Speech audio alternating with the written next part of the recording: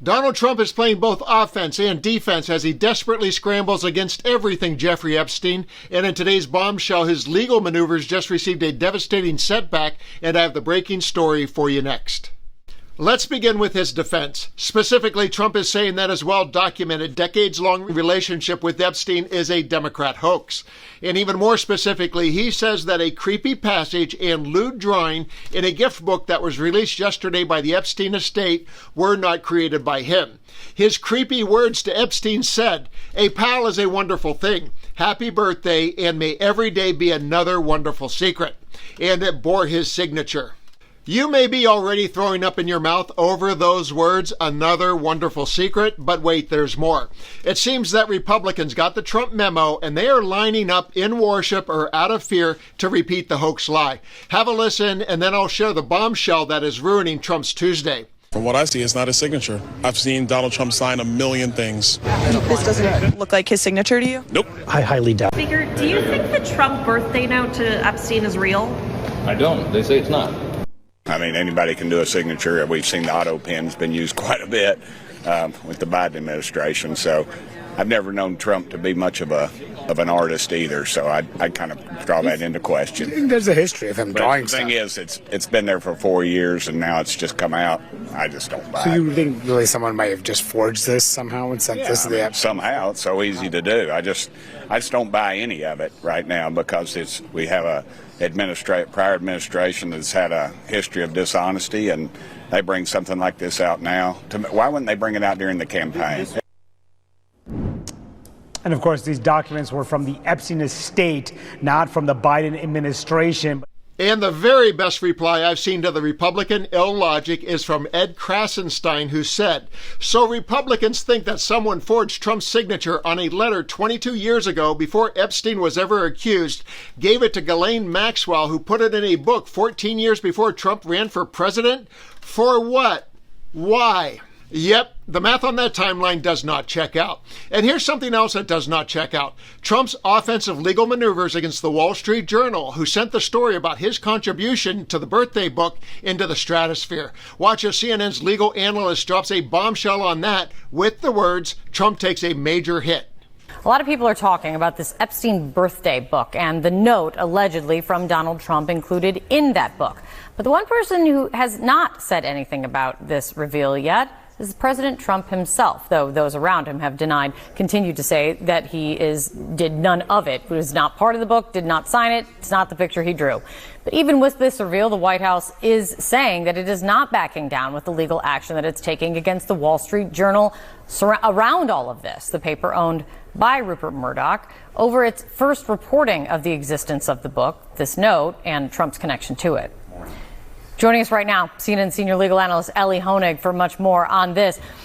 And a big question, what this legal action surrounds, which the president the White House says the president will continue to pursue even after this has come to light, is around defamation. What does this note, this image revealed, the House Oversight Committee putting out this report, how does it impact Trump's defamation claim now against the Wall Street Journal?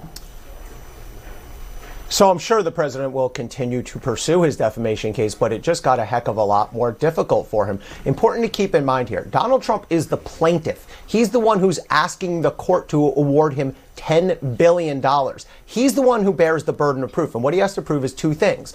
One, that the Wall Street Journal reporting was false. And two, that the Wall Street Journal knew it was false or was reckless as to the falsity. Well, Donald Trump's lead claim, if you look back at his complaint, is that this letter did not exist. He says it was non-existent. Well, now we know it certainly exists. And not only do we know it exists, let's remember how we saw this letter. The House subpoenaed it from the Epstein estate. And that's exactly consistent with the Wall Street Journal's reporting that this letter was sent to Jeffrey Epstein. And it turns out it was exactly where one would expect it to be based on the Journal's reporting. So now Trump is left to sort of pick at the margins. But that's kind of tough when you bear the burden of proof, as Donald Trump does here. And when you talk about picking at the margins, is that like around like it's not my signature, it is my signature? Because he's saying he didn't he didn't craft the letter, he did not sign it at the bottom. How do you legally sort this out? Yeah, I don't think that's actually going to matter, Kate, because you have to look back at the Wall Street Journal's reporting. I promise you 1,000 lawyers looked at that article before it came out. And by the way, you can tell because the Journal is really careful in what they say. They do say the letter exists, but they don't say definitively, well, Donald Trump himself signed this or wrote the little poem or sent it himself with a postage stamp. They actually say in the Wall Street Journal article that the circumstances around the letter's creation are unclear. So I don't know how Donald Trump establishes that that is false. It's not false. They are unclear. And B, that the Wall Street Journal somehow knew that there was falsity. So again, I think he's left with very little to work with here. And I think his lawsuit just took a major hit.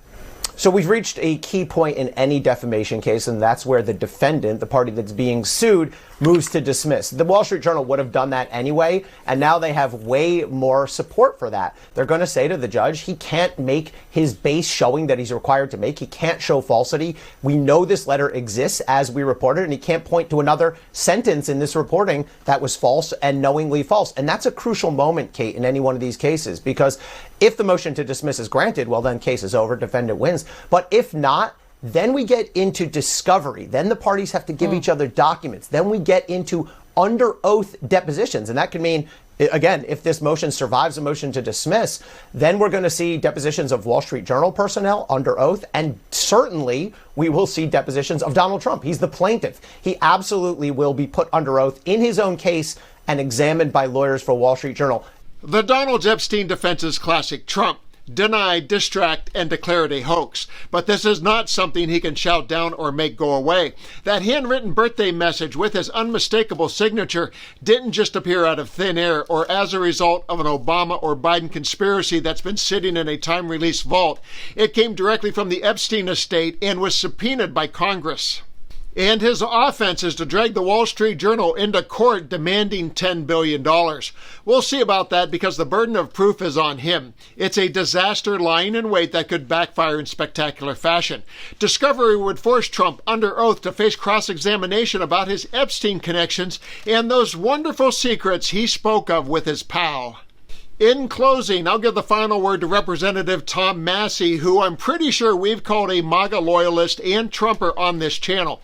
In the face of all those Republicans who continue to support Trump's lies, he's the one who steadfastly maintains intellectual honesty on this topic and keeps beating the drum each day for the truth to be told.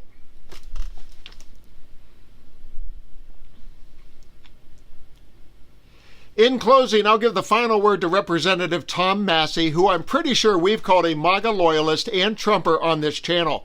In the face of all those Republicans who continue to support Trump's lie, he is the one who steadfastly maintains intellectual honesty on this topic and keeps beating the drum each day for the truth to be told. I think it's shameful that this has been called a hoax. Hopefully today we can clear that up. This is not a hoax. This is real. There are real survivors. There are real victims to this criminal enterprise. And the perpetrators are being protected because they're rich and powerful and political donors to the establishment here in Washington, D.C.